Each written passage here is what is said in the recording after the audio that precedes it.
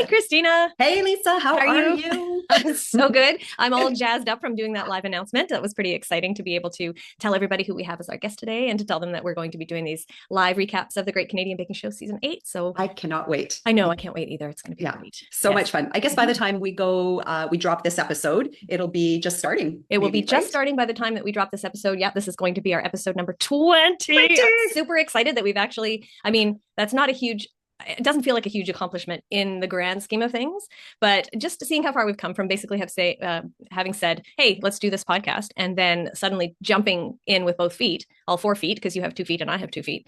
And now here we are recording episode 20. I know. And it's a good one. And if you put your hands up like this, it'll 20! be 20 episodes. We both have our hands up. That's going to be so much fun. Oh my goodness. And could we not have one of the most amazing guests? We could not have a better guest 20? for our 20th episode. So I'm very, very excited to welcome him today. Yes, let's do a quick little question and answer session, because you have to tell me what you've been baking lately. Well, I don't know if you've seen, I don't know if you've actually seen the Dubai chocolate bar. It's all over Instagram right now. No, have you heard of it? Anything? No, haven't heard of it at all. Okay. Well, it's apparently taking the Instagram, TikTok world by storm. Oh, it's called. That's why I don't know. But you're on Insta, so you're usually with it, with all the new stuff. But anyways, so I'm actually trying my hand at that. So, and that involves tempering chocolate. So maybe that's why you haven't seen it, because it's chocolate and you're like, I'm out. No, I like the challenge, but I always get disappointed when I fail to rise to the challenge. But you just need time. I find chocolate, you just need time and patience. You can't rush it. You can't be in a hurry to do anything. You just have to be patient and take your time. And it's messy and it's, gooey and messy and gooey. And it's beautiful when it works. When it works, it's so satisfying. Yes. I cannot agree with you more. So anyway, so I don't know if you've heard about this, and I'm not sure if I'm pronouncing it correctly, but it's like, and I can't even remember. Dubai? The Dubai chocolate bar, it's called. And it involves pistachio. I'm just going to actually... I like pistachio. Yes. So it's pistachio paste mixed in with, it's kind of like phyllo pastry, but it's like little strips of like small little strands, like think spaghetti. Oh, okay. Strands of phyllo. Okay. So kind of like that challenge that was on the season 7, I can't remember what it was called, but I made it, and a friend of mine who's Turkish was so excited to get some, because she hasn't had it since she was a kid. Yeah, kanafe. Am I pronouncing that correctly? Knafe, I think. Knafe. Thank you. Yes, thank you for finding that. So I finally actually found some. We were spending some time on Main Street in Vancouver, and they've got all these great little shops. So I went into sort of this Middle Eastern market, and they had some there. So of course I had to pick it up. And so I will be trying my hand at making these famous Dubai chocolate bars. So fun. Good for you. Yeah. So try that. That's exciting. Yeah. Wow. And how about, so that's about it on my end. How about you? Okay. Nothing much since we last talked, since the last episode that we filmed was yesterday. But I was talking about that honey cake that I had wondered if somebody somebody had ordered it from me, I thought. And then I suddenly realized while I was away in Vernon for the weekend, somebody needs a honey cake for Tuesday. So I'd better make that. So I made it, filled it, froze it, put it in my carry-on bag. And nobody has claimed it. So I finished it up yesterday, put the frosting on the outside, put all the honey cake crumbs on the outside, and had a slice for my bedtime snack. And it was really, really delicious. So now you have cake for your honey. I have cake for my honey. You have a honey cake for your honey. You can say, oh, honey, look, cake. And I can say, honey, cake. Yeah, exactly. Yeah, it'll be good. Fun you could have with that. I know.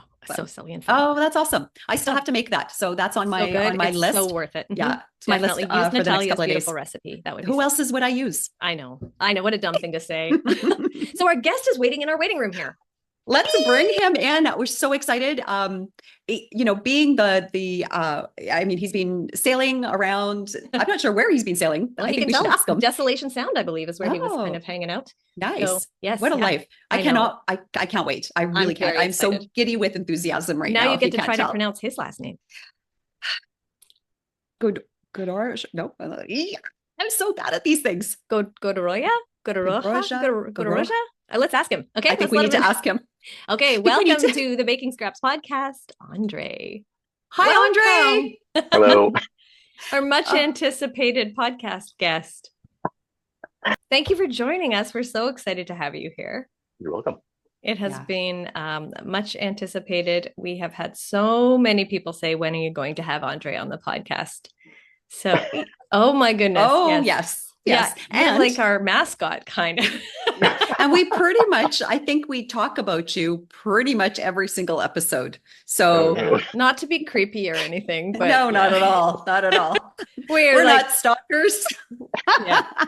We said, once we get Andrei on the podcast, I hope we're not just like starstruck and just watching you sitting here like this, Andrei, because like seriously, you are such an incredible talent. It was such a joy and pleasure watching you create your unbelievable, mind-blowing creations, not only on season 2, but then the holiday baking championship was next level. Yeah. Your showstopper was, I still dream about what you created. It was incredible. She tried to get your panettone recipe from Vincent, but if you want, I'll send it to you. I will send you my panettone recipe. That's actually, amazing. I have two versions. I have the one that I first created when I decided that I was going to make panettone, and then I had to modify it for the baking show because it takes 6.5 hours to make, and I only had 3 hours and 45 minutes to make them on the show. That is just astounding to me. Well, they gave us 4 hours and 15 minutes to do it, but I had to take them out of the oven and let them cool. Yeah. And they had to be started immediately right at the beginning, just because it takes such a long time, because mostly for the rising time. Yeah, that makes sense. Wow. So do you crazy. When you decided you were going to do that, it wasn't like, that's impossible, I better do something else. You're just like, okay, I've got to figure out a way to make this work within the time limit that I have. Well, actually, that's an interesting story because a friend of mine who was kind of like my sounding board and sort of co-designer for things, my friend Gary, he made the mold that I used to form the grand piano. Right. Oh, okay. I love that in the piano. season 2. And so everybody remembered the grand piano. So I called up Gary and said, "Hey, Gary, we need something like the grand piano." So I told him what the design challenge was, and we just had this design session where we were just like listing things like we could do this or that or whatever. And we decided that we wanted to, this is the way that we think, is that we wanted to make something that naturally came in a box. Yes. And so I said, well, okay, what comes in a box? Well, something gift wrapped, or a cookie box or something. I was thinking, no. And then he said, what about panettone? I said, no, impossible. Panettone takes 6.5 hours. That's as fast as I could do it. He said, okay. So we went on to other things. And about an hour later, he said, you told me that it was impossible to make croissants in 4 hours. But so do you actually think it is really impossible to make panettone in 3.5 hours, 3 hours, 45 minutes? So I said, okay, challenge accepted. So Gary is the one responsible. Thank you, Gary.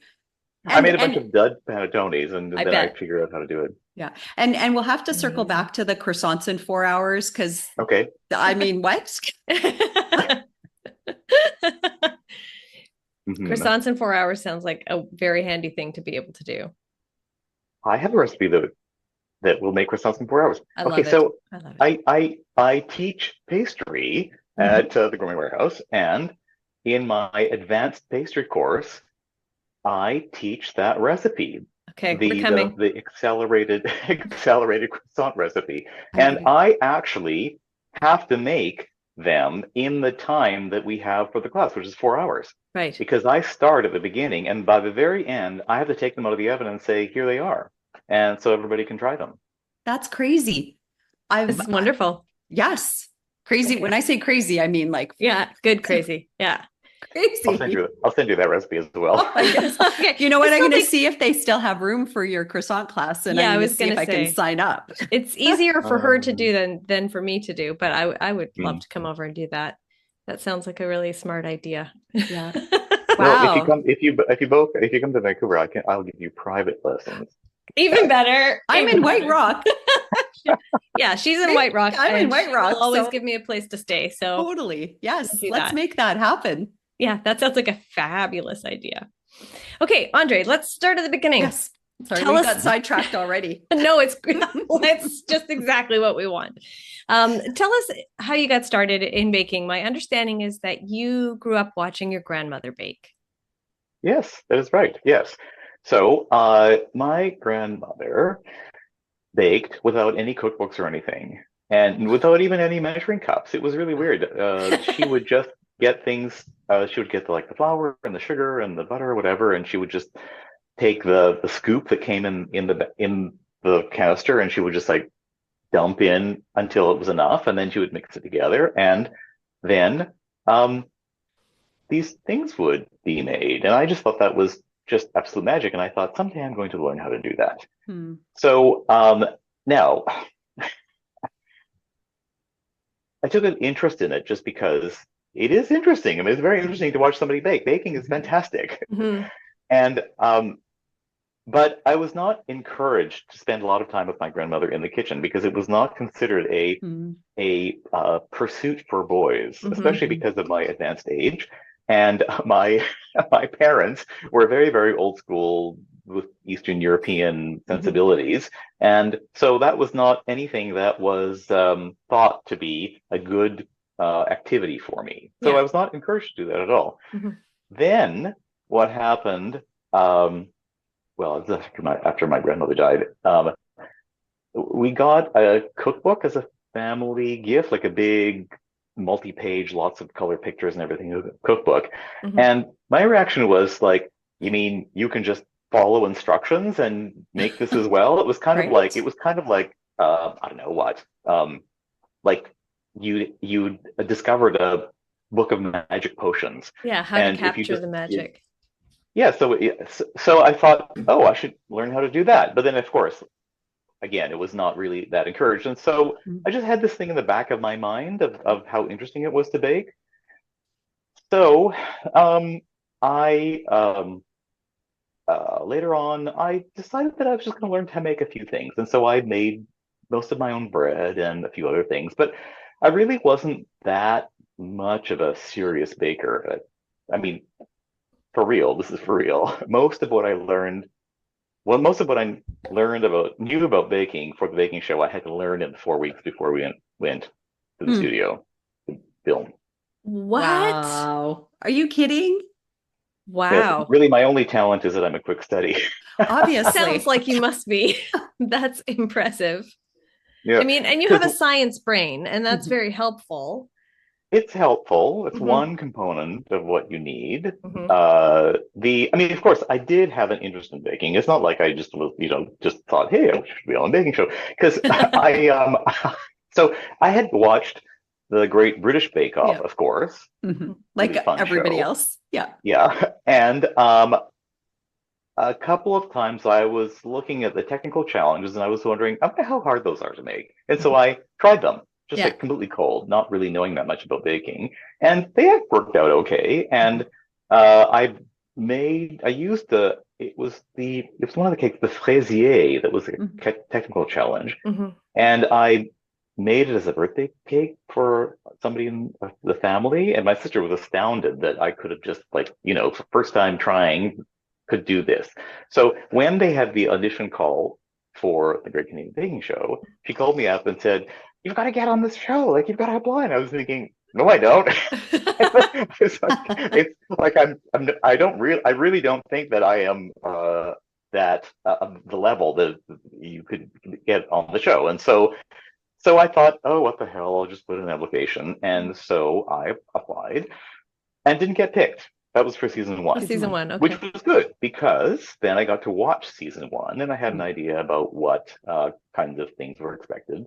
And then I had email from the production company. And so for season two, I sent the cold email and said, "Hey, it's Andrei and I auditioned last year. You probably don't remember me, but was there some fundamental reason why I would never be on the show?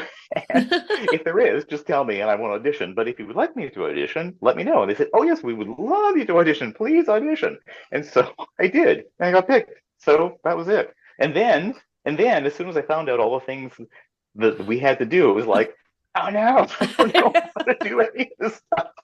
So it was cram cookbooks Mhm. and baking textbooks and watch every tutorial on buttercreams and Yeah. whatever on YouTube and just like cram, cram, cram. So I did nothing but think and live baking Wow. every waking minute for the 4 weeks before Mhm. we filmed.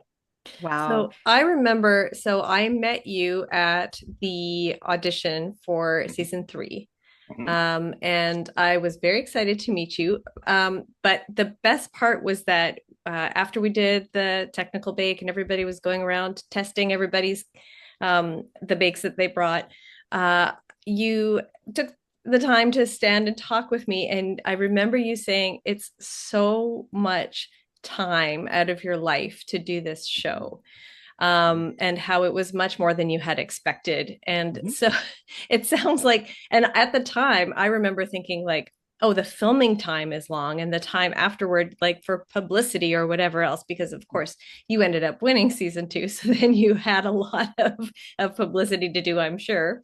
But the weeks beforehand also, so that I'm assuming that you were working your regular job at the time, and okay, you were Yep. not. So No, okay, so there as soon as I realized what I was in for, I just thought, okay, you know what? I'm in the middle of a very lucrative software contract. And I had to go and tell the VP of engineering of the company who hired me that I need to take 6 weeks off. And you're not supposed to tell anybody what you're doing. right. Mhm. And so I went there and I said, hey, I'm sorry, but I have to take some time off. Like, how much? How much time? Like 6 weeks. He said, 6 weeks? We have deadlines. I said, yeah, I know, but I like absolutely cannot do anything for 6 weeks. That's because the way they did the show in our season was it was 2 6 week periods. And I thought, well, I'll get bumped off in the first 4 episodes, so that's fine. I'll come back later. So anyway, so he said, okay, you have to tell me you have to tell me why you have to need this time off. And I said, Yeah. well, I'm not supposed to tell you. And then I thought, okay, whatever, I'll just tell you. I'll break my The NDA or whatever because need to know Need to basis, know. right? yeah, yeah. So I said, I'm going to be on a reality TV show. And he went, and then he said, don't tell anybody else in the company that you're doing this because they will not think that you are this high-powered consultant that we are hiring, who's very serious about software and can tell everybody what they're supposed to do because like you've just gone off to do a baking show. So, Oh man. so anyway, then 6 weeks later, I had to call. I said, hey, Riley, I'm sorry, but I want to take 6 weeks. Oh man. How did he Yeah. take it the second time around? Um, well, he'd already gone over the whatever, the initial one. So he said, yeah, whatever. And then many months later, when the show was on, the first episode, I told, like, of course, he watched the first episode, and he was going to be on it. And then he sends me a message and he says, can I make a company announcement saying that you're on this show? I said, I thought you said that you didn't want to tell anybody. He said, no, this is too good. I can't keep Oh, this a secret. So, Oh, that's awesome. that is What amazing. a great, it was such a great season, and it was really fun to watch you throughout the whole entire thing.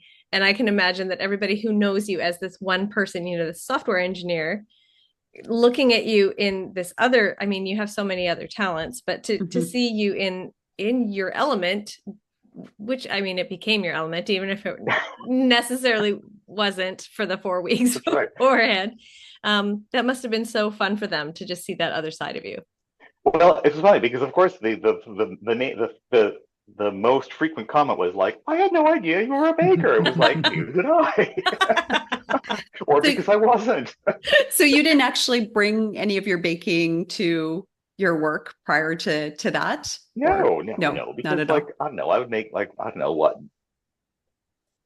mostly bread and it's like occasional cakes for special occasions and things like that. But it was like, no, I'm like, it was not. Yeah, no, I would. That's the strange. Actually, you know what? I even have difficulty calling myself a baker because of the fact that bakers bake, and I don't bake enough. Hmm. I I do a whole bunch of cramming test bakes when I'm preparing for pastry courses, Yeah. and when I teach the cake construction course, which is all about the theory of buttercreams and fillings, and then how to use them as construction materials to make a cake. It's not about decorating, even though everybody does decorate a cake in the class. I have to make 20 cakes, and so I'm baking up a storm for that. And I make croissant and Danish pastry dough at home before the class because I have some pre-made that I will just shape, do the final stuff there. So it's that kind of stuff. And then, of course, every single person I know expects a birthday cake from me, so I do those. And I make most of my own bread still. So but I don't have a family to bake for. I mean, I bake for a lot of times when I'm baking, I end up giving it away because if I ate everything I baked, I would look quite different. I hear you on that for sure. I think we can all say that. Yeah, I had to go buy 3 new pairs of jeans today. It just doesn't fit anymore. But you know what? That's okay. That's okay. So you don't consider yourself to be a baker still 2 cake plates later? Well, okay. So, I mean, I know how to bake some things, certainly. But I just, actually, what I'm trying to say is I wish I had more time to bake. I wish I did bake more because baking is fantastic. It's such a great thing to do because it's interesting, it's fun, and many people derive pleasure from the results. Yes, absolutely. In the compost, which is happens when working toward a baking show. Yeah, that's unfortunate. I'm sure there were a lot of amazing things that many people would have been happy to have. Well, every once in a while, when I had a little inside circle who had already signed an NDA because they were in the little bio video, and so I would take a whole bunch of samples and say, "Okay, what do you think of this?" And they try everything, and they say, "Not enough butter," or like, this, "You need to work on this," and whatever. So I said, "Okay, back to the drawing board," and then everything else just got chucked. So there's a lot of that. Man. That's crazy. So before you applied, then you were baking how often?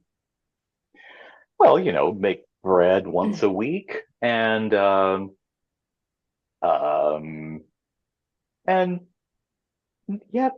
that's it. A couple cakes a month. I don't know if this is really helping all the people who are like, they're going to be like, how is he so good? That's what they're already saying. Natural talent. Natural talent, and then the humility also. Yeah. But I'm kind of understanding more where it comes from because you don't feel like you're, that's kind of your be all end all. You've got so many other interests in your life. Interests and responsibilities as well, like obviously the job. But darn it. But okay, so you know what though? I mean, the thing about baking is actually I mean, I wish I understood myself why it is that I took to baking, because of the fact that every other pursuit in my life I've had to work for really hard. I mean, I did this ridiculously difficult engineering physics degree, which got me into the tech world, and I was working as a software engineer, and I'm a director of a software company right now. And I also, I mean, as part of my Instagram handle singer thing, so I studied seriously classical singing for 6 years. Right. And I actually worked as an opera singer for 5 years. That's amazing. That did not come easily. That was really a lot of work. It was lots and lots and lots of work, because it's actually a very interesting process to turn this part of your body into a musical instrument. And it's some people are naturally talented singers. I wasn't, so I had to learn everything to do all the stuff that wasn't the natural talent for me. And then, like, I'm not a particularly athletic person, but I have chosen to do a very difficult type of outdoor activity, which is cross-country skate skiing. It's like one of the hardest exercise things. And I trained with a racing club, which is super. And it took me years and years and years to get the fitness and the technique to be able to even do it. But baking, for some strange reason, was just kind of, I don't know, it was just kind of there or something. I don't know. I don't know why it was so. I don't want to say it was easy, but everything else that I had done in my life up to then seemed to help in some aspect of baking. And and the scientific part of it is very useful because of the fact that when I'm making buttercreams and I'm like thinking about emulsions and all that kind of stuff, but and then the science of why breads work and all the different steps that you are using when you're making bread, like the stretch and fold stuff when you're doing sourdough, and what that's actually doing to the gluten, converting this like little filaments of gluten into sheets, which have a lot more strength than just filaments and things like that. I mean, to look at, and also like when I'm making cakes, whether I'm using the butter creaming method or the reverse creaming method or whatever, I understand. I have a kind of an understanding from a physics point of view as to why you're doing one over the other, and and the other thing is that whenever I do any recipe, I always take the recipe and I put it into a spreadsheet and I calculate all the butter and the sugar and the flour and the egg ratios and everything just to get an idea about what kind of cake this is going to be and whether it needs any kind of modifications. Because, like for instance, when I baked the cakes for the cake course, I don't want to make 40 cakes. I have to make 20 cakes. I don't want to make 40. But I want to make multi-layer cakes. And so I have the 4-inch high, 6-inch cake pans. And so I developed a cake recipe that actually lifted all the way to the top and was consistent crumb everywhere so that you could slice it into 3 or even layers, 4 yeah. layers, and then you use that instead of having to make twice as many cakes. And so just trying to figure out all the different physical principles that were required in order to do that. It's that kind of stuff. I think that helps me. Yeah. Definitely. Well, I think that helps you. I mean, I don't think anybody can argue that point. Do you feel like you're kind of a jack of all trades, master of none type of thing because of the fact that you are doing all these things? Or do you feel like, okay, yeah, no, I did work really hard at these things and I am actually really good at all these things. Master it all. Master of all. So I think just part of my character is that if I pick up something and I realize that I'm really not going to be any good at it, I just don't pursue it. Okay, so, that makes sense. Because like why bother? You don't get any satisfaction out of it. So I mean, I think that again, part of my character is that I need to take something as far as I am capable to see how well I can do it, and then I get the satisfaction out of doing it. And so if I do realize that I have the capability, then I will keep going as far as I can to try to get to master it. Yes. Yeah, that makes sense. So is there anything that you've tried of late that you just have given up on, that you went, I really can't do this? Because I'm thinking, no. Good question, actually. No, well, probably. I mean, over the course of my life, sure, things that was like, well, I tried that and it wasn't all that. You know what? I could probably listen to many things. But I have to think. I'll have to figure. I'll think about that one and get back to you. But yes, of course. I mean, there's lots of stuff that you try and then you think, yeah. I mean, well, what? I mean, I have this very, very high performing group of sporty people that do all sorts of extremely high intensity stuff, and I've tried some of that, and it's like thinking, yeah, okay, well, I enjoy it, but I'm not super duper good at it. For some reason, my body is better at cross country skiing than bicycling. For instance, I bike a lot, but I'm not going to do the Grand Fondo or go to Europe and do all the Tour de France mountain climbs like several of my friends have done recently. Wow. So impressive. That is. Yes, I mean it's great that they can do that, but so stuff like that, sure. Yeah, that makes sense. Yeah. Are you passionate about any one thing over another, or is it you're just really well-rounded and just really enjoying all these different aspects of your life? Like I know that for me, I'm just because as you were talking, I was thinking about how I was in a writers group for a long time, and I'm really good at writing. Writing is my natural talent, but I'm not passionate about it. So I was passionate about acting, and now I'm passionate about baking. But those are things I have to work harder at. Whereas the writing just comes out of nowhere. I have no problem doing it. It was a little frustrating to the people in my writers group because they were just trying really hard to, make a masterpiece. And I didn't have that drive. So I was kind of seeing that mirrored a little bit. At least that's what it seemed like to me with what you said. You don't know why you're good at baking, but it just happens to be one of those natural talents for you. Probably the only natural talent, actually. Well, it's good that you gave it a chance then, because it needed to come out. We needed to see it. But do you have a passion above all else?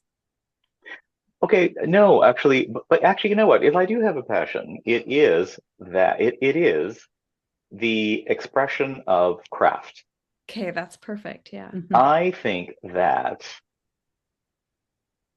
to be in the presence or to watch somebody who can take something that is inside them, that's conceived in their head, and then is expressed through their hands or whatever, medium, and that they can excel at it.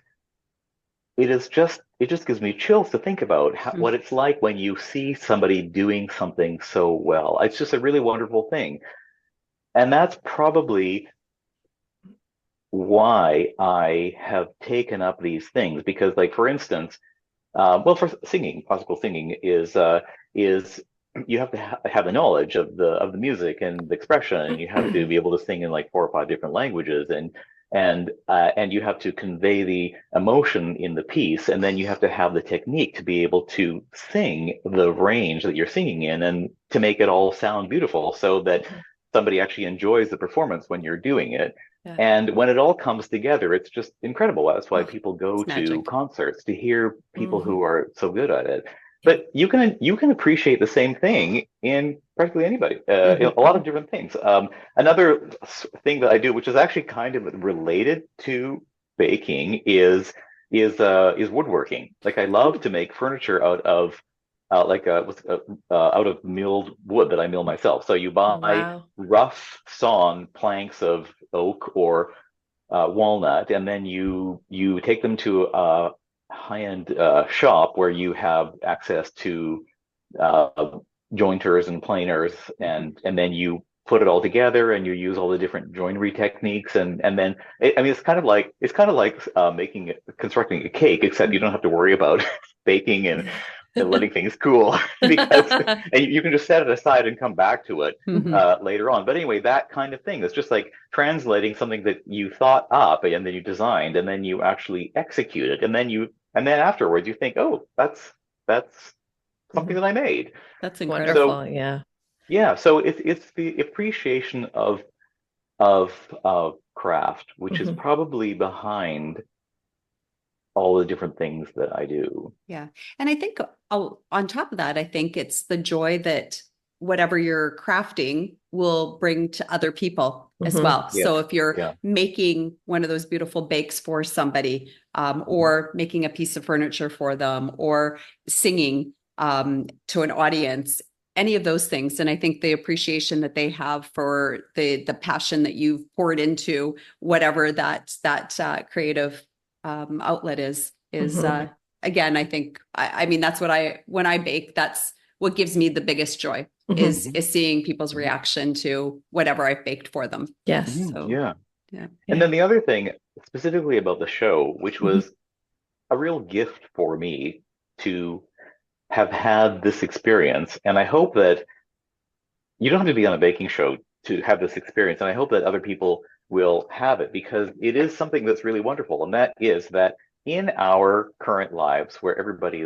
has to do so many different things at the same time,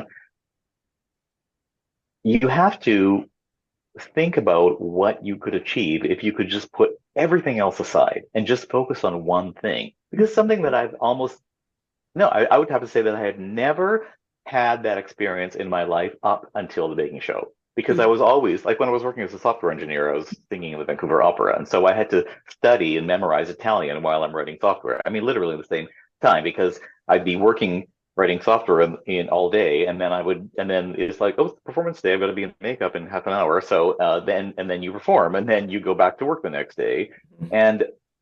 But as soon as I realized how much work it was going to be to do the baking show. And then I thought, okay, there's no way that I can do this and also work. I thought maybe I could like, bake 3 days a week and work 3 days and have a day off or something. I thought, nope, all in or just refuse or something.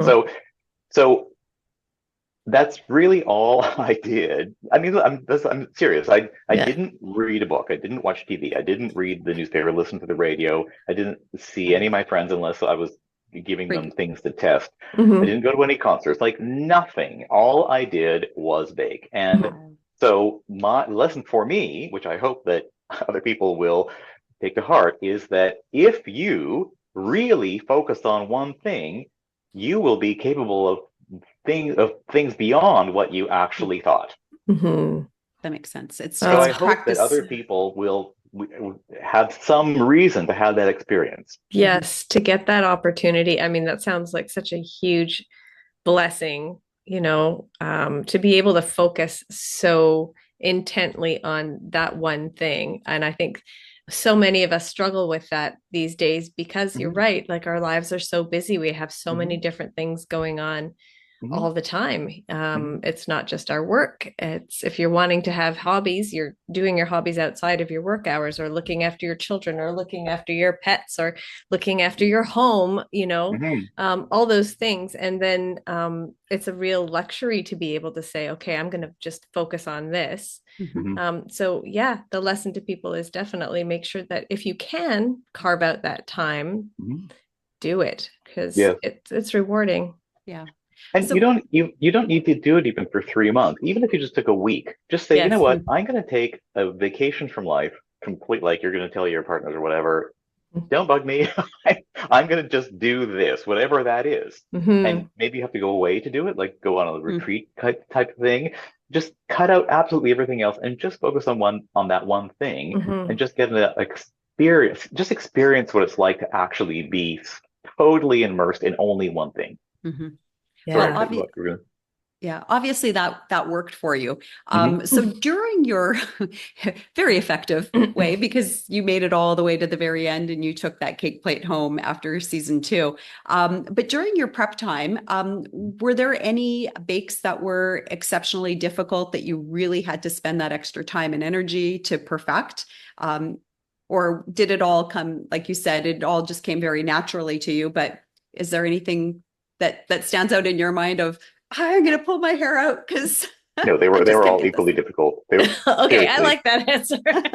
No, really. I mean, like you would not believe. I'm thinking back now. I don't think I've got PTSD from this much. But, I mean, really. I mean, because I had a couple of friends who I am indebted to for the rest of my life for keeping me sane through that experience, and so. I would wake up at 7 o'clock in the morning, or it's like 6:30, and you're just like, you're sort of waking up, and then all of a sudden it's like, oh, baking. You're just like, your eyes spring open. And then I get a phone call, and it would be either my friend Gary or Lorna, and they would call and say, how are you doing? What did you do last night? Was it successful? Okay, it wasn't successful. Put it aside, work on the next thing. We'll talk about this, and we'll figure out what you need to do to make that work. And yeah, because I mean, it's kind of funny. Sometimes the simplest things just don't work. I mean, many. It's really surprising what kind of things can trip you up when you are trying to come up with a recipe. Because so one thing is, of course, that I don't think I'm telling anything that I'm not supposed to be for my contract, but all the things that you make have to be original. They have to be your own recipes. Yes. So you don't get very much time to develop every recipe. So first of all, you have to come up with a completely original recipe. Then, I mean, you sketch it out, and then you have to bake it. You have to do a test bake, and maybe it's going to work, and maybe it's not. And if it doesn't work, then you have to think, okay, where did I go wrong? Until you know that you can actually make it. And sometimes you get stuck on that. And then you have to do it again with a stopwatch so that you can find out whether it's actually possible to do it in that time.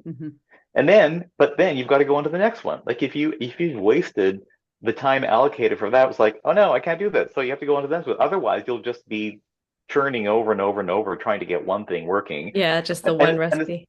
And then the other thing is that, so completely coincidentally, just like a couple of months before I found out I was going to be on the baking show, I watched something on TV, and it was a competition for French pastry chefs. Mm. And it wasn't like the Bake Off, but it was just like a documentary about this competition for French pastry chefs. And they were talking all about how it's all organized in all these different categories. And one of the categories was chocolate work, tempering chocolate. And I was thinking, what's tempering chocolate? Like, I'd never heard of it. And so I thought, is this something I have to know? I guess I have to. And so I was like reading about tempering chocolate. And then the other one, which I also had no idea, was sugar sculpture. I was thinking, sugar, is that something you're supposed to know as a pastry chef? So I thought, I better learn something about that. And so I just like was experimenting with melting sugar and like pouring it all over the place and trying to figure out what you could do. So I already had a couple of these little things that I just coincidentally tried before. And but I thought, okay, so since we're supposed to be pastry chefs, I guess I have to bring in these elements. I mean, that might have been obviously because we're being judged by professional pastry chefs. They know that you're supposed to know that, and so you get extra points for knowing that. It's kind of like, oh, this person must have this person must be very, very serious as an amateur because they know all these different things. Like, no, but I just happened to watch a TV show last month or a month before I found out about this, and that's the only reason why I'm doing it. So it's great timing. I mean, and then fortuitous. That lent itself well to when you went ahead later on and did the Christmas one. Yes. Because I know that one of Christina's favorite things to think about is, she says, there's Andrei. And he's like, I'm just going to make a little sugar ribbon here. Tie it all up. Up with from the custom box that your panettone went into. I mean. So the first time I'd ever pulled a sugar ribbon was about 3 weeks before I did it on the show, on the Christmas special. No way.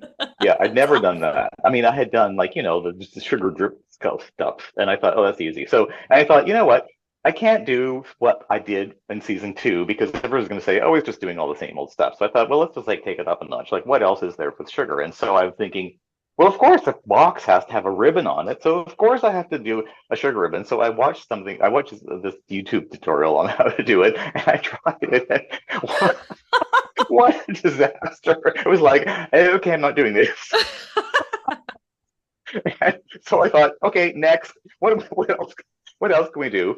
And then I thought, you know what? I wonder what I did wrong. I'm just curious. So I tried it again. And the second time was so much better than the first one. I was thinking, okay, maybe I actually can do this. And so then every time I did it, I got better and better. And then I kind of figured it out enough to get by on the show anyway. To get by on the show? Yeah, I'd say so.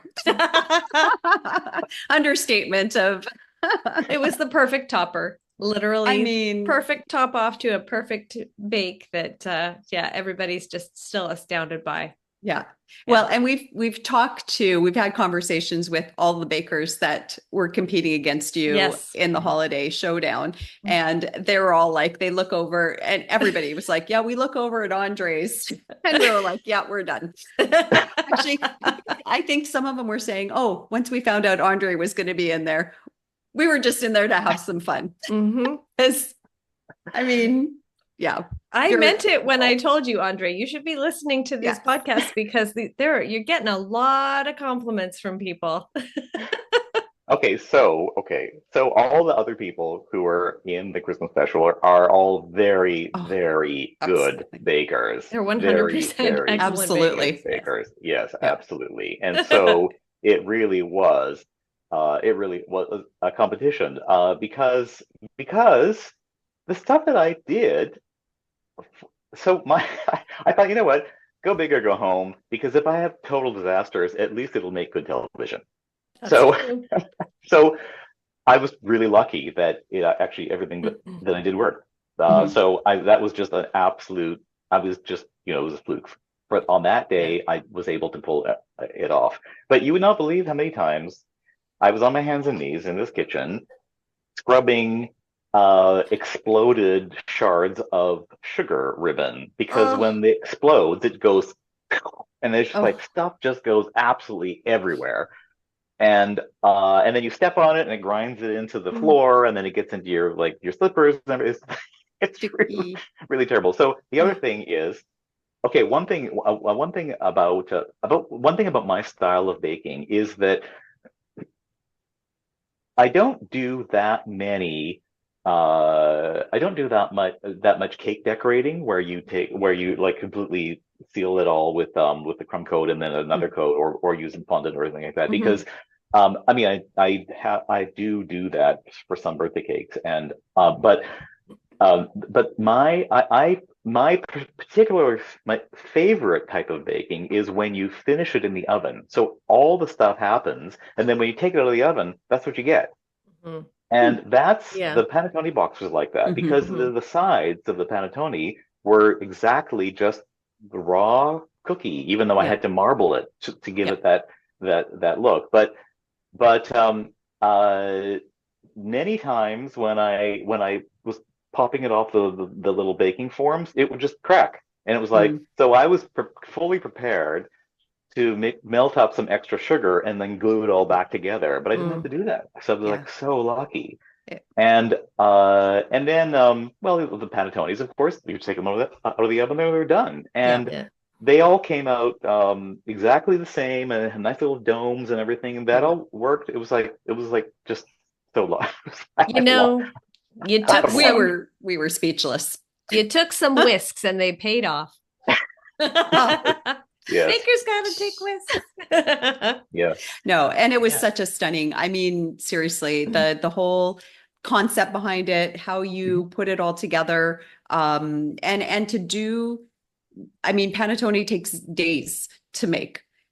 For you to do that in less than 4 hours, and have, the mini ones, of course, but then the box, and then, wrap it all up in a nice, pretty bow to top it all off. I mean, it was just I don't think I've seen a more stunning showstopper besides your season 2 one that you did in the finale as well. So, but incredible, like just your eye for detail. And I think that's it. And then how smart you are, in terms of preparing your bakes. And like you said, there wasn't a whole lot of extra decorating. You had already done all the pre-work kind of, to finish it once it comes out of the oven. And I think that's really, really, just so wise. Yeah. Wise beyond comprehension. or dumb, because then you can't cover it up. You can't cover all the sins with buttercream. Icing sugar. Icing sugar, yeah, definitely. I'm sure you probably could have whipped up some sort of royal icing for your outside of your cookies or something like that, if something disastrous could have happened. But yeah, if I were smart, I probably would have come up with a whole bunch of plan Bs, but I didn't. So it just had to work. Go big or go home. Yeah, and you got to pivot. You got to be able to pivot if need be, but why waste your energy, trying to figure out what you would do if it goes wrong? Just make it not go wrong in the first place. And I think you did a pretty good job of that. So the prep that you did for the holiday show, was it as intense? Obviously 1 week of bake or 3 bakes versus, the 24. What was that like? And was it very, like, did you completely immerse yourself in the prep for the holiday show as much as you did for the planning for season 2? Yes, I did. I thought, you know what, again, I thought I have another opportunity to do this kind of like total nothing but one thing. And so I told my business partners and the staff that I am taking some time off. But of course I only had to take off much less time. It was like 2 or 3 weeks or whatever it was, 2 weeks plus a week for filming. And yes, and because of the fact that I was trying all new things, because I don't do flooded sugar cookies, so it's nothing I'd ever tried before. I had to learn how to do the ribbons. I had to try to figure out how to make the panettone and 3 hours and 45 minutes, and then I had to try out a whole bunch of different recipes for the box because it had to be strong, and but it also had to be had to be thin. It just had to be the right one. So I went through a whole bunch. So lots and lots and lots of test baking, and so but because of the fact that I'd already done the show before, I knew what I was in for, and so I didn't spend any time stressing about any of that kind of stuff. And I would have to say that it was really wonderful to do the holiday special because I did actually have fun doing it, unlike Unlike the season 2, which was like stress a of, nightmare. Because of the fact that you arrive on the set and that a lot of people are the same people that you worked with the 5 years before, and everybody is so professional and very wonderful. But the best thing was the other cast members, the other contestants who are so wonderful to be with and to work with, and they're all super pros, and because they were all winners, and then they're just like it was fantastic. It was just a fantastic couple of days when we filmed. We had a lot of yucks, and we went out for Chinese food and together the night before, and then we had like leftovers, and Rafikat had made a whole bunch of Nigerian food that she had brought as well, and so we had this very weird combination of different cultures of food for dinner, and it was just fantastic. It was great, wonderful. That's great, really wonderful. Yeah. And for those of our viewers who don't know who was on the holiday show with you, that was Rafikat and Vincent and Natalia, all of who we have spoken with. And did Natalia bring a honey cake? No, you know what? I have not made a honey cake yet. I have always looking for an excuse to make it. I mean, I've had one, but I've never made one. Yeah, I just finished making my second one. I used her recipe, and oh man, I had no idea how delicious they were. So her recipe is really, really, really good. So yes, and Cristina was just saying before you came on, we were talking about how she needs to make one. So I need to make one. I'm giving you guys both the excuse. This is our sign.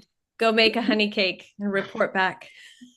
This is our sign to make Natalia's honey cake. So, now, had you met Vincent, Rafikat, and Natalia prior to the holiday special? Okay, so Rafikat and I made Ziploc commercials together.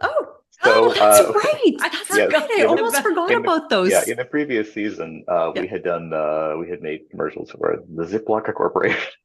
That's perfect. Awesome. Yeah, we're gonna dig those. So I'd met her before, and when I was in Vincent and I just got together because we had chatted over Instagram in different ways, and he said, "Hey, if you're ever in Toronto, let me know." So I said, "Hey, I guess what, I'm going to be in Toronto. Let's get together." So we've been out for lunch together, but I'd never met Natalia before. Okay, yeah, nice. And ironically, she's the one who lives closest to you. Yes, yeah, geography wise. So geography wise, yeah. Yes. Oh, awesome.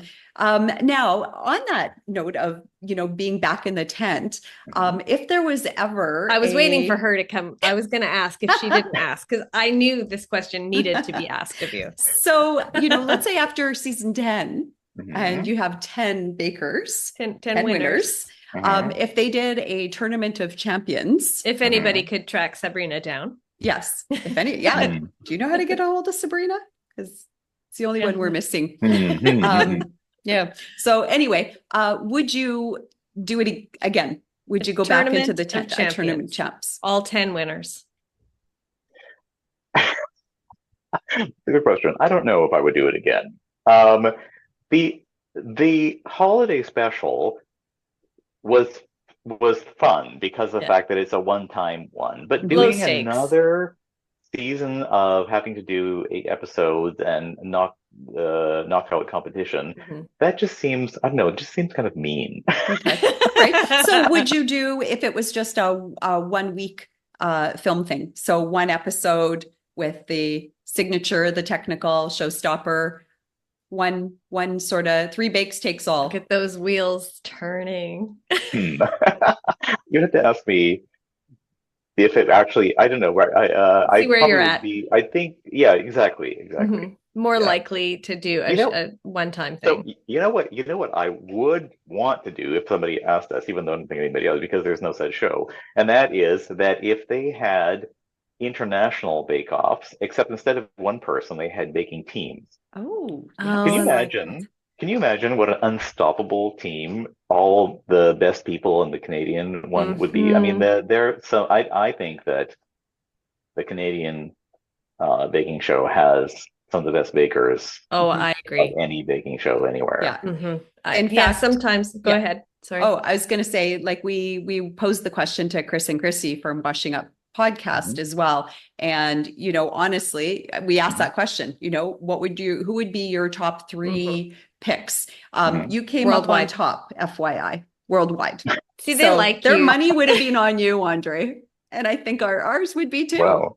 So no pressure. No pressure. Yeah. I think that we do have a wealth of talent, our Canadian bakers in the Great Canadian Baking Show family. And I feel like I started out watching British Bake Off as well. And then when the Canadian one came, I started crying because I couldn't believe it was actually coming here. But now when I go back and I watch the British ones, I'm like, oh, these challenges don't seem as difficult. That might sound bad, but I think that the Canadian ones, they're just a little bit more challenging. And I don't know if that's just my perception because of the fact that these are people that I'm more familiar with and bakes I'm more familiar with than the British stuff. But I kind of feel like we season by season, we've asked a little bit more from all of our Canadian talent. And it's definitely, it's grown to that point where, my husband says it's not really amateur hour anymore. Like these are people who know what they're doing. Yes. Yes. Cause every season, is just things get harder. Like for instance, in season 2, such a long time ago, the signatures were actually a simple bake. Yeah. But now the signatures have all turned into mini showstoppers. Yeah, absolutely. Because when I was developing the tart recipe for the Christmas special, I was thinking, let's just make something simple. But then I was thinking, okay, well, but there was certain elements that had to be there. And then I thought, well, you have to try to. It can't just be like, here's a tart, try that. So because all the different things like the crust and the filling and then the cookies and then the icing the cookies and then making the sugar glass and everything. So many things were all going at the same time. I was actually stressing about that equally to the showstopper because of the number of simultaneous elements and how many things actually could go wrong. Doing flooded sugar cookie stuff is so slow, time consuming. Yeah. And I could have just wasted like half an hour doing that. And then I made 2 sugar glasses because they also crack and explode very easily, and then putting it all together, and then you have to have it set in time so that when you cut it, it doesn't run all over the place, and so you have to use techniques for doing that, and you have to get it in the refrigerator long enough so that or whatever. So anyway. So things have definitely got a lot harder over the seasons. And then you have the technical the same day. That's almost more stressful than doing just the one showstopper on the one day. Yeah, but I developed a kind of like a zen with the technicals because you think, what, there's no point in stressing because you can't prepare for these. You have no idea what's happening, so you just go and try your best. Yes. Yeah. That's all you can do, right? That's all you can expect. And everybody's in that same boat along with you. Yeah. I kind of feel I keep hearing Vincent echoing in my head because when he was telling us about how things were going during his season, and he said to himself, "Get a grip. It's just an eclair." And I'm like, I've got to get that like burned into some kind of wood sign and either give it to him for his birthday or put it up in my own kitchen, because I think it's just such a good reminder. Like baking is supposed to be enjoyable and fun and rewarding. And we can't make it this thing that's going to stress us out to the point that you don't feel like doing it again. And to that end, sorry, go ahead. No, what we're gonna have. I was just going to ask if you took a break from baking for a while after you finished filming season 2. I couldn't. As soon as I got back, I had to make my nephew's wedding cake, which was 3 weeks later. I was thinking, oh no, I can't face any more baking. I bet. And actually, the funny thing about it was that a lot of people didn't know that I was on the baking show who were at the wedding. And they went, "You made this cake? I didn't know that you baked." And you're like, just wait a few more months. You'll see how much I bake. Oh, that's so much. That's fun. incredible. Yeah. And so people must have been blown away when you were finally announced as one of the bakers for season 2 and your bios come out and then the show's out. And I mean, that must have been an exciting time, or I guess what was so. that I like? mean, it's funny. The most common email or text message I got was, "I didn't know that you baked." Best Really? kept secret, obviously. Well, everybody knows now. That's yeah. for sure. Yes, That's for sure. Everybody knows who Andrei is. So, and we're lucky to Actually, and we're lucky to know that not everybody knows. And my mother, who's like full of comments, I specifically didn't tell her that I was auditioning or anything for the baking show, because I knew that I would just be saying, like, "Why are you wasting all your time on this? Like, why aren't you working on your software company? And there's all these other things you should be doing, blah blah." So I thought, I don't need any of this negativity. And so then when I was at my sister's house on the Gulf Islands, and I got the phone call, and so I said, "So, looks like I'm going to be on the baking show." And my mother said, "What? What are you talking about?" I said, "Well, I auditioned for the Great Canadian Baking Show, and I am probably going to be on it." They actually hadn't. They said that they said that they would be doing a final decision in a couple of days, but they just wanted to warn me that I needed to be at near a phone in a couple of days because they would call me. And so my mother's first reaction was, "What do you know about baking?"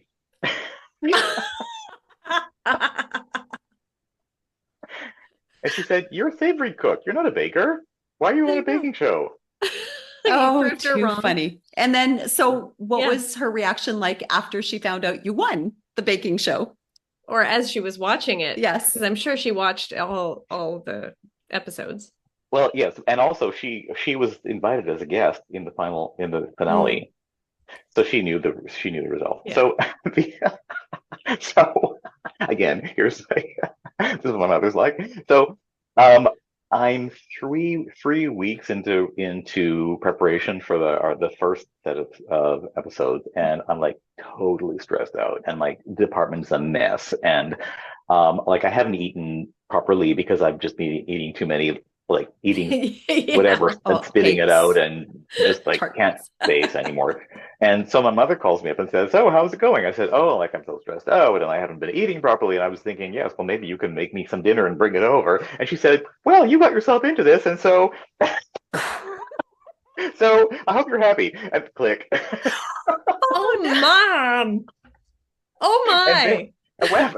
But you know, I mean, this is the way that mothers, or my mother thinks anyway, and that is that she was probably thinking, "Oh no, my son is going to be on this TV show, and he's going to go home on the first on the week because everybody will find out what a terrible baker he is, and then all my friends will watch the show and they'll say, 'Oh, isn't that terrible that your son got like kicked off on the very first episode?' And my mother will say, 'Oh yes,' and she would die over and over again from the embarrassment of having a son who got kicked out on the first episode of a baking show." But that didn't happen. After I came back after 4 episodes, and then I had to prepare to do another one, she completely changed, and she said, "Oh, maybe he isn't such a screw up after all," because he survived 4 episodes. It's amazing it took that many years for your mother to realize. That's awesome and hilarious. And then I bet she brags about you. Yes. Yeah. So there you go. Well done, Mom, because I really think you deserve to be bragged about.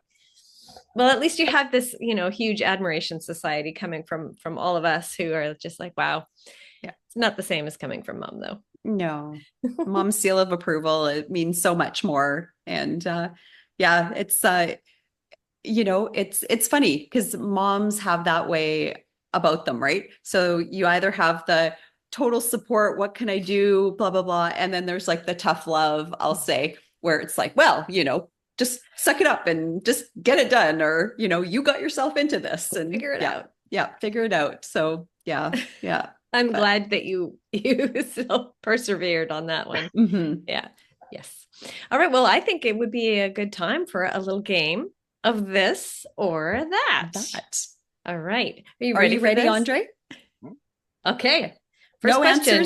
No answers a wrong one, just so you know. Okay. Yep. Judgment-free zone. Very little judgment. Be prepared to be judged on the last question. Anyway, the first question, not by me. No. The first question, tea or coffee? Tea. Oh, okay. There you go. Christina will be very happy with that. What's your favorite tea? Oh, okay. I'm going to make a plug for a tea store in Vancouver. There's a very good tea store called the Bayswater Tea Company, where I buy all my tea. And my particular favorites there are the Golden Tip Yunnan and the Early Morning Blend, which are both excellent. Wonderful. Where are they located? On Broadway and Bayswater. Okay. I will have to check them out. They're the best tea store in Vancouver. So there's another tea store in Vancouver that is also very, very good, but they don't have a storefront anymore. They're mail order only, and it's called Tea, the letter T. Oh yes, I've seen them. Yeah. Tealeaves.com. They're very good. But the Bayswater, if you want just to go and get tea and come out with a package, that's the place to go. Perfect. Excellent. Sounds good. Yeah, Christina likes to drink tea. I like to drink coffee. I love the feeling of tea, and it's like a decorating style for me almost.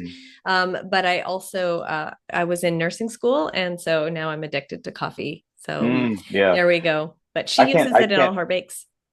I can't what's it called? I can't I have problems with coffee caffeine. It has a bad effect on me. Okay, but tea caffeine doesn't seem to have a problem.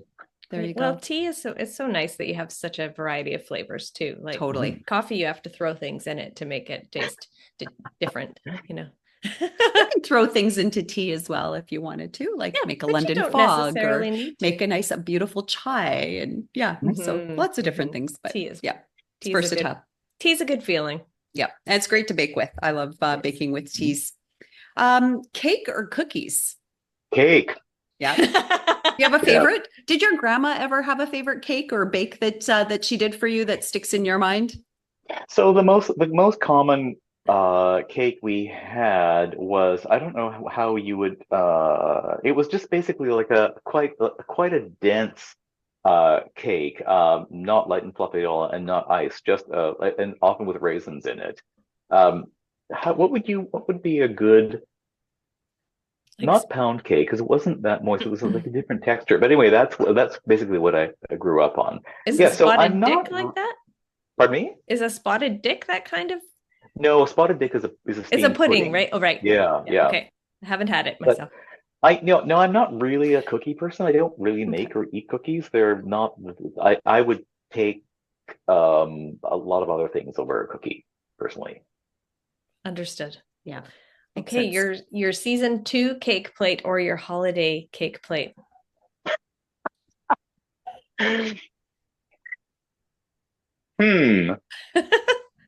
Well, the season 2 one was harder to get, so perhaps that one has more meaning. Well, more well earned, or okay, yeah, and it was the first, and yes. Are they similar in like weight, and do they? Well, they're made by the same company, but one of them has they're these crystal plates, and in the stem it's hollow, and they have these little crystal beads in them.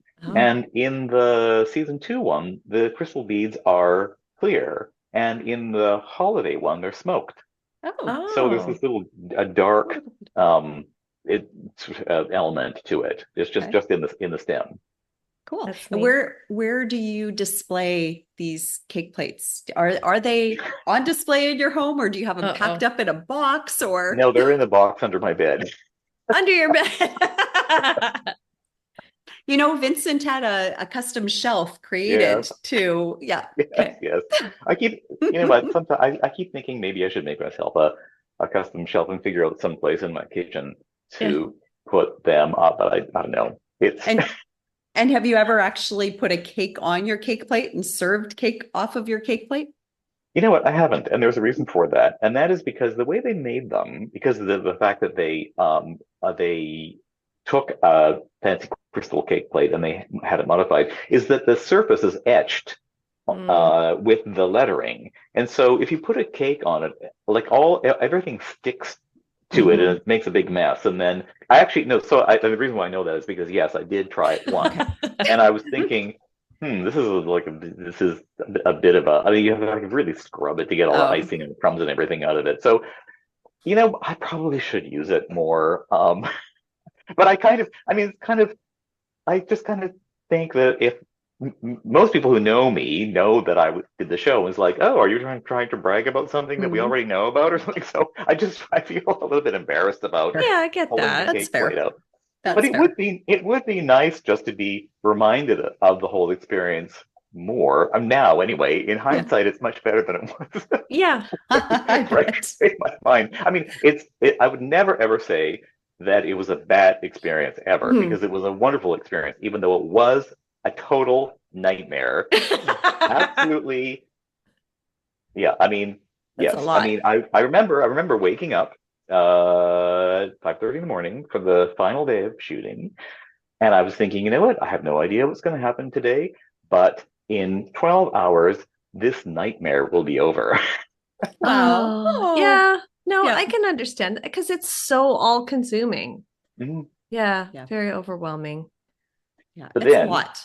but afterwards, when you think back on it, you realize that well, it is a life-changing experience. Truly. Kind of like childbirth. Probably. Maybe. Yes. Right? And Yes. I mean, right, yes. Andrei, Well, you remember that? No, I mean it's the same as your question about whether I would do another I do another baking series. When you have another child, so right, because you know it's going to be hard, and then but you have this beautiful thing at the end. Yeah. Life-changing experience. Except unlike childbirth, you have the risk of losing really badly. On the baking show, so there's more of a risk with that. That's true. I think making it into the tent, I think, is a huge accomplishment just on its own, right? No, it isn't. I mean, so no. You're talking to the people who have been trying real for losers years. now. No, but we'll just do this now. There are so many. There's so many. Okay. I've participated in auditions, and so I know that there are lots and lots of people who audition who are fine bakers, but they don't have like the extra special thing that they're looking for the show. But there are too many people who do have that, and so I can't imagine what it's like for them to choose a cast. And totally. And so I mean, I just got super lucky because. What they're saying, okay, well, we've got the young person from the East Coast. Now we have to balance it with an old guy from the West Coast, and so that's how I made it on the list. And that's how it's all done. So they do an excellent job of it. So they do actually, they do. I think every season the casts are very interesting and well balanced because it's so interesting to. Just find out how people are baking on another part of the country, like really far away, and just kind of think the things they bring in the cultural stuff, like it's very local. I mean, it's great when people do stuff which is very local, and they bring that kind of thing to their bake. It's wonderful. I mean, it's really, really good. It is. Show. Yeah, it's great TV. It's absolutely fabulous. And BC bakers are like dominating. So, and we've got 2 on season 8 now.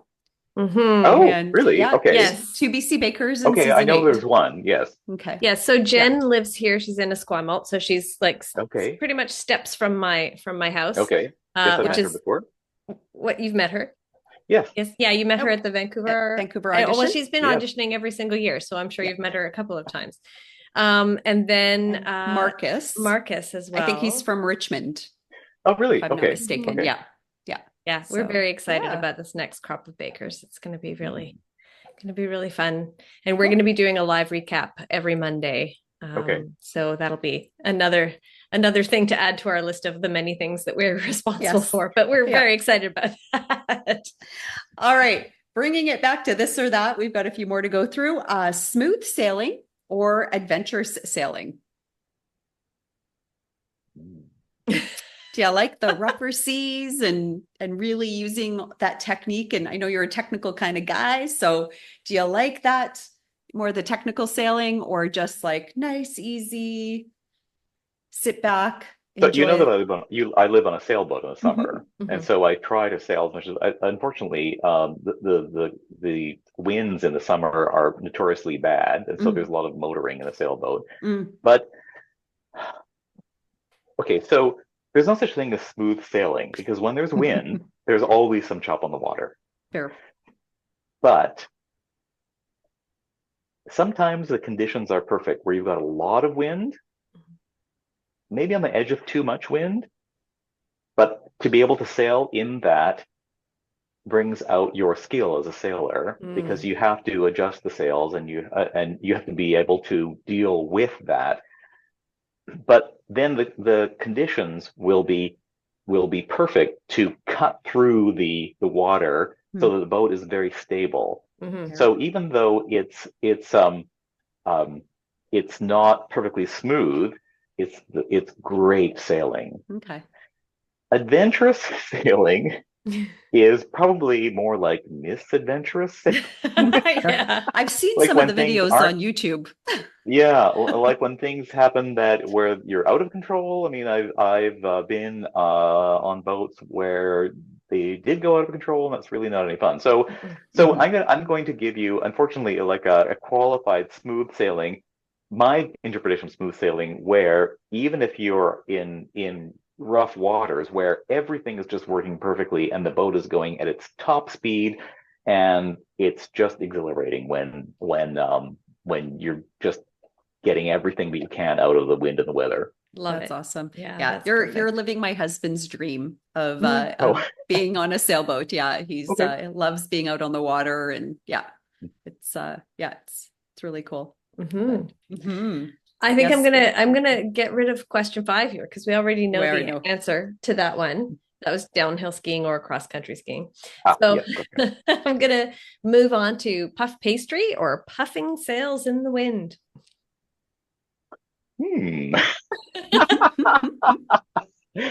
Which of your children do you like best? Oh gosh, yeah. Okay. All right. That's fair. All right. That's a fair answer. Depends on the day. So there we go. Depends on the day. Yeah. Yeah. That's fair. Yep. Don't have to say Sorry, anything. am I allowed to use that answer? 100%. Yes. Okay. Yeah. When we were doing, when we had Larry over at Christina's place, and we were doing he was showing us how to bake chocopan. Pretty much almost every single answer that he gave for this or that was yes. And we were like, Larry, this is not how you play. So you're doing great, Andre. We really appreciate it. We can accept the odd yes to both of those. Yeah, 100%. Because life's not always black or white or this or that, right? Right. Exactly. All right. Bread or pastry baking? Oh.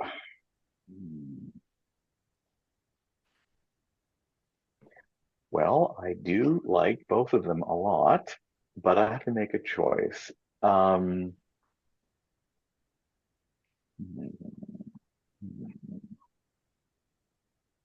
You can call it a Larry as well if you wanted. I want to.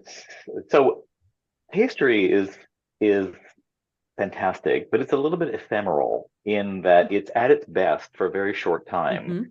Whereas bread you can enjoy for longer. And bread is so versatile, because you can make things like a really crusty sourdough, which is with just 3 ingredients: salt and water and flour, with sour starter or whatever.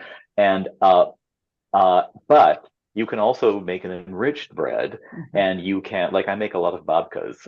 So you roll it out and you paint it with chocolate or cinnamon or whatever, and roll it up, and then you braid it, and then you get this incredible pillowy and sweet with the fillings and right. So it's so versatile, and then you can enjoy it for longer. So I'm gonna go for bread on this one. Perfect. Do you have a sourdough starter? Of course. And does it have a name?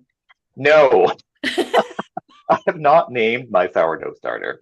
Okay. Doesn't sound like you are going to anytime soon. No. It does not. All right. Okay. So, this is yours. Sorry. It's okay. We can take, it doesn't matter. Baking themes. So would you have more fun with a nautical theme or an astronomy theme? Hmm.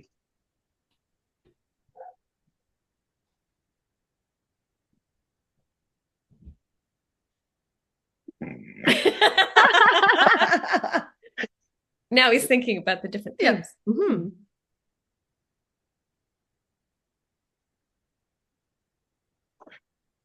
I think I'll go for astronomy.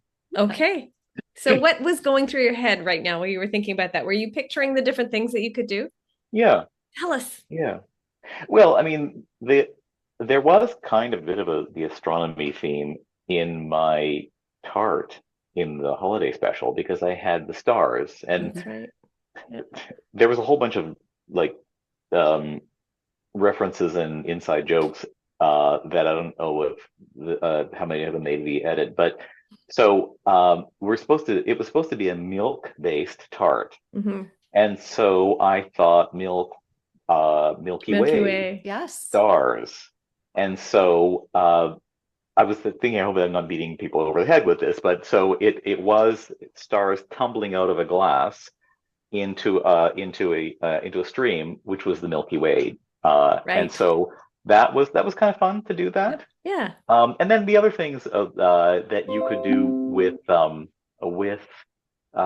astronomy theme is you could well, I mean, if I could do the kinds of icing decoration that Megan did on our show, you could do like swirling galaxies and things like that. I mean, I'm not capable of that kind of stuff. I've never tried it, but I think that it can be done very beautifully. And then yeah, I think there's a lot of stuff that you could do with that would make it quite interesting. Definitely. I agree with you on that. Yeah, I'd love to see what everyone would do with that kind of thing. Megan, I was so attracted to her baking through the whole entire season.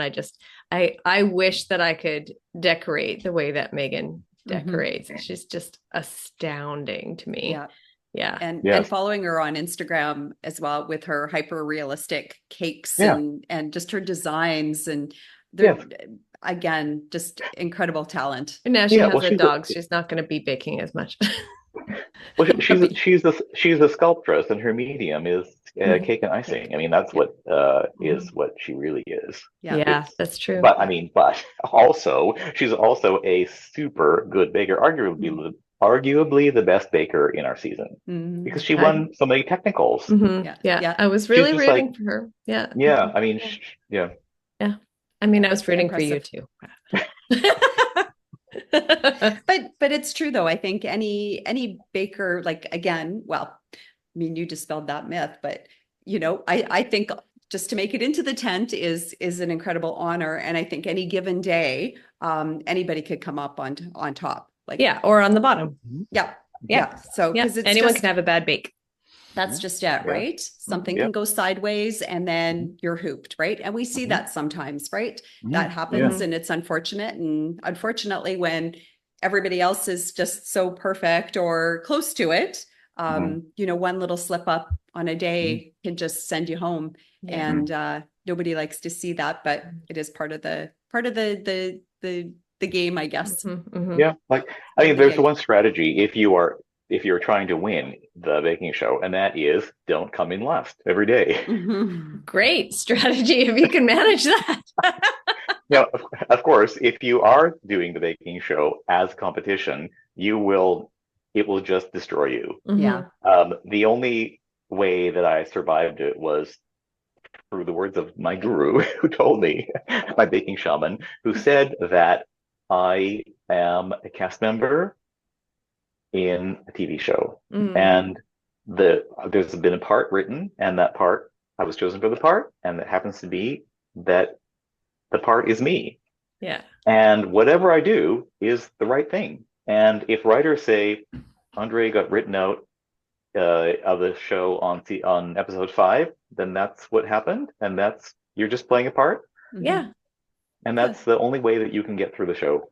Yeah, I like that. It's your story. Yeah. It's your storyline. Yeah. And I think it's probably from a mental health standpoint, a really important one, you know, to keep you a little bit, you know, grounded or realistic. You're managing your expectations about what you can expect and you know, so it's crazy. Yeah. Cause I can see how it could be overly consuming and stressful and, you know, and your mind just taking over from all of it. And I think and we've heard this from a number of past winners, it's just about the focus. It's about letting things go and doing the best you can under the given circumstances. Yeah. Yes. Yeah. So it's a challenge, right? I mean, it's not normal baking in your kitchen. It's you've got so many other elements that you have to face and so many other challenges along the way with the heat, with the, you know, unknown appliances, different things that you're, you know, tools and things like that you're working with. So it's, I can understand it can be a little crazy. So just managing I really like part that of it. I really like that whole idea. It sounds to me, Andrei, like you have some really good people in your life to support you.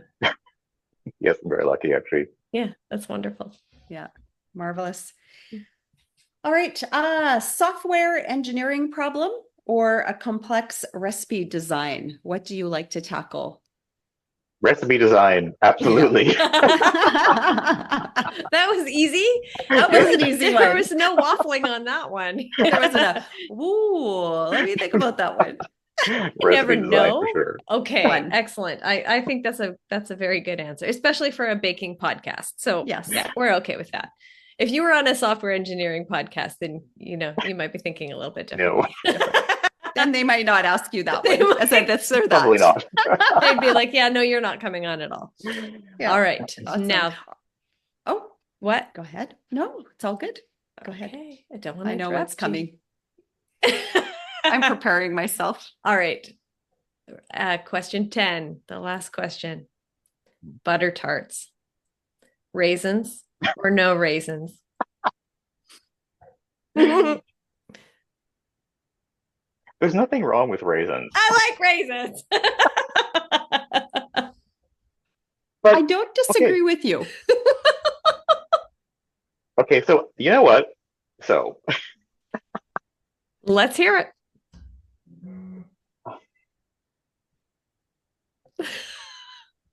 Butter tarts. It's like what? What is the essence of a butter tart? Is that the gooey filling, the egg and the brown sugar and whatever that you used to make that, and the other things that you're putting into it are like just like an extra thing. And so, like, if you like raisins, then put raisins in. If you don't like them, then leave them out. I actually so I don't make butter tarts actually very frequently, hardly ever. What I actually do make though is I make a butter tart galette. Oh, where it's I'll send you a recipe for this. It's really good. Send us all the recipes. Send us all your recipes. You make a galette pastry, which is a pastry which I teach in my pastry class, which is kind of between a pâte brisée and rough puff. So it's got folds and turns, but it's not done in the same way the rough puff is. So it does puff up a little bit, but it's much less work, and it's really fast. It's super fast, and it's really impressive and delicious. So you roll it out, and then you make this butter tart filling, and then you kind of pour it all in. And then, and you bake it. And so you can put some raisins in, but actually I put in some nuts. Oh, okay. And now if you do put in nuts and you use pecans, it becomes a pecan pie. Yeah. Because it's all in the same category. Yeah. but I thought, well, pecan pie is like an American tradition, and butter tarts are a Canadian thing. So you could put the raisins in sort of to make them as far away as you can, as from being a pecan pie, to make them more Canadian. But then some people say, no, we don't. But anyway, so my version of a butter tarty type thing is a maple walnut galette. Oh, I So like that. it is much more of a Canadian flavor thing Yes. because of the walnuts instead of pecans and the maple flavoring. And anyway, it's really good. That sounds really good. Sounds amazing, actually. So, and there's no raisins in it. If you want, you can put raisins in it. There were no raisins. I was taking notes.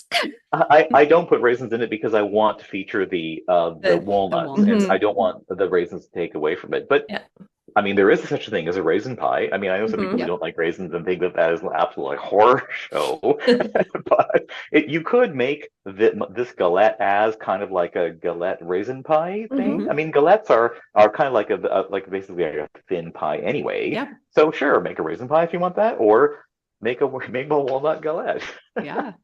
Sounds good. Well, like when you had your write-up for the Great Canadian Baking Show, you said you like raisins. Yes, because I actually like raisins. I mean, I know some people who just find them repulsive, but I actually like raisins. I think I said that I like good raisins because there is such a thing as bad raisins. Like if you had some, like a quarter of a bag of raisins and they were at the very back of a cupboard and they've been there for 5 years and they've all dried up, and those are not good raisins. No, my husband would still eat them, but you could probably rehydrate them with some rum. Yes, that's right. Exactly. You rehydrate them, and then they become good raisins. Then they're good raisins. Really good raisins. If you put rum in them, then they're good, no matter what. Yeah. So there you go. But one thing that I really, really like a lot is, well, any kind of dried fruit like that. Like I do a lot of stuff with dried cherries, which are delicious. Yes, I love dried cherries. Yeah.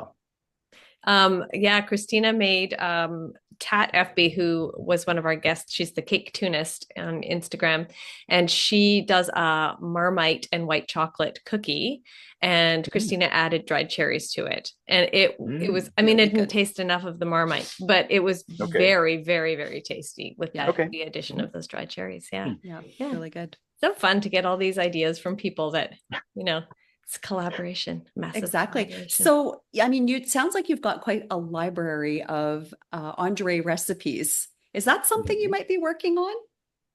Down the road? Yes, I would. Well, because of the fact that these courses that I teach, all the recipes that I do are all mine, and I have them all out as part of the course notes. So, I would like to do something with all of them because. The recipes, I have a lot of recipes that I think actually are quite easy. All my friends, whenever I say, "Oh, it's so easy," they say, "Yeah, of course you would say that," but actually, no. I mean, I really want them to be easy but impressive and delicious, and so people can, like my panettone recipe. Even it is not. It's not easy, but it's not difficult either. And I give extremely precise instructions. So if you actually do follow the instructions, you will get panettone in the end. That's amazing. Yeah. And I love how, you croissants in 4 hours, and then this galette recipe that you were saying that's, a real quick and easy and impressive. So, taking the time out of the element, so it becomes a little bit more approachable for people. And again, like you said, if you follow the recipe step by step, you should get something at the end that is actually fairly impressive and really enjoyable. So I love that. So I love it too. I think it's great. We would definitely be very excited to see a cookbook from you, a recipe book from you. Yes. Or something along those lines. Yeah. But in the meantime, if you are willing and to share some of those recipes and anything else that you think we might be interested in, love to get our hands on them. Sure. I like the idea of us getting together. Me too. If I can come over to Vancouver and then we could maybe spend a day together like we did with Larry. I think that would be amazing if you have the time. That'd be fun. It'd be a hoot. Yeah, let's do it. Excellent. That would be fun. Let's make that happen then. Definitely. Wonderful. All right. Well, as we are kind of getting close to the end of our time together, do you have a baking scrap to share with our listeners? Something, a tip or a trick that would make their lives a little bit, their baking lives a little bit easier? So I was thinking about some tips, and all my tips are so specific. So if I can, I'll give you a few tips. Sure, you can. Bonus tips. This is great. Because if you don't make this kind of thing, then this tip won't be any good for you. Right. But tip number one, and that is if you're making chocolate ganache and you're using high quality chocolate bars, like if you use Lindt bars or something like that instead of chocolate chips, which are usually not that good, you have to cut them up, chop them up. So how many times has it happened to you that you get your big chef's knife and you're chopping it up, and because they're tempered so well, you get this brittle chocolate shooting all over the kitchen? Mm-hmm. So if that happens to you, because it will, take the bar, unwrap it, throw it in the microwave for 15 seconds, let it rest for 15 seconds, another 15 seconds, it will take the temper out of it, and then you can just chop it up and it just sits on the board and it doesn't shatter all over your kitchen. Great. That is a really good tip. Yeah. Very, very, very important thing to know. 15 seconds. No, you don't change the setting? No, just like high for 15 seconds. And of course, it depends on your microwave. So I in my advanced pastry course, I teach pain au chocolat. And so you can buy these chocolate batons from kitchen supply stores, and they cost a fortune. Or you can get a Lindt chocolate bar and you can chop it up into little tiny pieces. But you have to do this first, of course, detempering step in the microwave, so that when you chop it, you actually get these little sticks instead of shattered bits of chocolate. Yeah. Yes. So I discovered this, and I thought, like, why am I chopping up chocolate and having it go all over the kitchen, all over the floor and everything? You should just microwave it. You don't want to overdo it because you don't want to melt it. You just want to make it kind of gets to this funny rubbery feel to it because of the shine comes off the surface of it. But that's my tip number one. I love it. That's brilliant. I love that. Yeah. Tip number two, which I figured out when to make the iced sugar cookies very quickly. When you do flooding, they tell you that you're supposed to outline it with a little thing, and then you whatever fill it all in, and then you take a little pin Scribe and you tool. kind of make it. So forget that. You just squirt on the inside, and you take it and you shake it. You just got to shake, really vigorous short shake, and then it just goes whoop, and it just flattens out. Flattens out. You probably know that. Is that something that people already know? I've shaken my cookies, but I usually poke them with the scribe tool first. Okay, no, so, I just you don't even have to. Yeah, and I dip mine. Oh yeah. Well, he doesn't like doing that. If you want to get the nice little sort of outline so that you see this cookie underneath, you have to do it that way. The outline, yeah. And then the other, what other ones? Okay, so I've told this to so many people. If you're making bread, if you want to get into bread and you read a recipe, they always say, because like 50 million cookbooks tell you that you use active dry yeast and you're supposed to put it in water and proof it and all that stuff, which is a complete total waste of time, because you should use instant yeast. Instant or fast rising yeast, because active dry yeast is an old technology, and the only reason why you can even buy it is because if you couldn't, there would be a revolt, because of these 50 million cookbooks that have been printed that say to use active dry yeast. The reason why they specify active dry yeast is because that is an alternate to fresh yeast. When it first came out, they said, active dry yeast, when it was first made, because of the process was difficult to dry it and have it still living, you had to proof it to make sure that it actually worked, because then you threw it away and then you had to go get some other yeast, because it was only like about 50% that it was actually going to work. But so instant yeast is like 99% going to work, and you just put it in the flour with all the other dry ingredients as if you're adding baking powder. I have a question, because this weekend when I was visiting a friend, I didn't have my stand mixer. She wanted cinnamon buns. And so I went to make my cinnamon bun recipe. My cinnamon bun recipe calls for proofing the yeast ahead of time. She brought me over. I said, if you want cinnamon buns, bring me some yeast. She brought me over instant yeast. And I was like, okay, so I don't have to proof them. I can just throw it into my But then so do you have to also add the same amount of water that you would normally proof them in? Yes. Because The I didn't do hydration. that and it was Yeah. terrible. Oh no. Yeah. No, of I course made a new one the next day. She brought over her yeah. stand mixer. Because hydration is a critical point in making breads. So you have to use the same ratio of water to flour all the time. It sounds pretty logical, but for some reason I was like, okay, I'm just going to throw in the instant yeast and then just see what Yes. happens. I actually was writing an article about yeast a long time ago that I was going to submit to a magazine, but it didn't end up taking it about yeast. And so I wrote to the Red Star Yeast Company, which is the American brand of the La Safra Yeast Corporation, which is a French company, and it's the largest yeast company in the world. Right. And I was able to talk to one of their chief scientists, and I had a 1 hour discussion about yeast. Wow. And it was very interesting. Very, very interesting. That would have been. Yeah. And so they're trying to merge instant yeast and active dry yeast together so that they only have to make one product and try to get people, but they don't know what to do because it's a marketing problem. They were thinking maybe we should just make instant yeast and just label it active dry yeast. But then some people say, well, this isn't my same yeast, I'm not going to buy it anymore. So they don't know what to do, even though they all know that instant yeast is really the way to go. Right. And Red Star makes their the red label, and then they also have a gold one, and they have a green one, and they have a blue one, and it's all used for different things. So I actually have some of those different yeasts. I use the gold yeast when I make enriched doughs like babkas. But if you want to try something even more interesting, and this is what I recommend for the panettone recipe, is to get Red Star Platinum yeast. She's writing which it is down. not easy to get. Okay. I have not been able. I found it once at a grocery store in Vancouver, completely randomly, and I've never seen it again. So you have to buy it from Amazon.com because Amazon.ca for some reason sells it for 10 times the price that it should be. And it is absolutely nuclear. It is. You would not believe how well it works. It is phenomenal. It is like. I have to get some. Yes. Okay. That's if you're making things that you want really puffy, like the panettone, which is basically bread souffle. Yeah.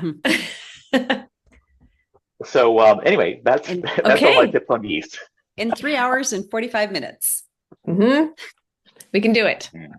I'm so excited about this. I'm looking forward to another day of talking about all of this stuff with you because this is just not enough time. No. You know, we've already gone over our time. That's fine. We don't really have a set time, but I'm super, super pumped about this conversation that we just had and looking forward to being able to spend time with both of you in person, in your kitchen, in Christina's kitchen, wherever, and being able to just get some more valuable tips and tricks and just chat with you more and get to know you more. This has been fantastic. So thank you so much for joining us, Andrei. Oh, you're very welcome. It's been super fun for me too. Oh, good. That's important to us. We want to make sure that you're having fun too. Yeah, and I know our viewing audience is going to be so thrilled to see you on our podcast as well. We've had lots of requests to have you on the podcast, and so we can finally share that we will be having the honor of speaking with you, and we can't thank you enough for being so gracious to come and join us for this chat. And like Lisa said, I am looking forward so much now to actually getting together in real life and doing some baking. Yes, definitely. For sure. And this is our 20th episode. So thank you for being our special 20th episode guest. Yes. You're very welcome. All right. Thanks again, Andrei. I guess that's it for us today. Okay. Yeah. Thank you so much. Thank you so much. We'll be in touch and we look so forward to seeing you soon. Sure. Absolutely. Thank you very much. Bye. Well, here we are. Yes. Many days later. Quick recap on Andrei's. Our quick recap is that we enjoyed talking to Andrei so much that even after we stopped recording, we chatted with him for so long that you ended up being late for your hair appointment. Had to text them while we were talking to say, I'm going to be a bit late. And then as soon as Andrei said goodbye, you went, I gotta go. Pretty much. Well, you know, at the end of the day, we had this opportunity to finally connect with Andrei, and he is such an interesting man with so many great stories. And even after the fact, like you said, we just got off on all these awesome tangents about baking, about life, about, you know, sailing, also his skiing, recipes. Exactly. Just exactly. Like just so many things. And that it was hard to like say goodbye. It was. It really, really was. Yeah, but maybe what we can leave our group with today, our audience with today, is that one of the things we did chat about is that we're actually going to do a baking day with Andrei coming up. And then we will also be sure, like we did with the episode with Larry, we will be posting a special episode with our baking day with Andrei. So we will, with better sound and better filmmaking, because we're hiring my wonderful son to do that for us. I'm super excited. It'll be nice not to have to try to bake and film at the same time. And then he's going to edit it so I don't have to edit it. Yeah, we'll be in the moment with Andrei doing our baking, which will be fantastic. We won't have 700 other things going on at the same time. And up here, we will. I'm sure up here we'll be freaking out, but you know, in terms of, you know, having to be focused on other things to make sure that the lighting's right, or the film is right, or we've got like the two phones going. Yes, exactly. Trying to do all the recordings. So that's going to be really nice that he's taken over that part of it. And we will not have to, that's one less thing that we can worry about. So we can fully focus on the bake with Andrei. We can just enjoy being with Andrei. And it was so kind of him to offer that and be willing and say, hey, you know, why don't you film it so that you have some extra content? And we were planning on asking him anyway, but it was very, very nice that he volunteered. So I'm very excited, so much looking forward to that weekend. So still a ways away, but something to be excited about. Exactly. And if we're looking at timing on release, probably maybe beginning of that'll be our December. Yeah. It'll be the beginning of December, right before our Christmas break, which we are going to be taking starting I believe the 11th of December. Our last episode will drop on December 10th.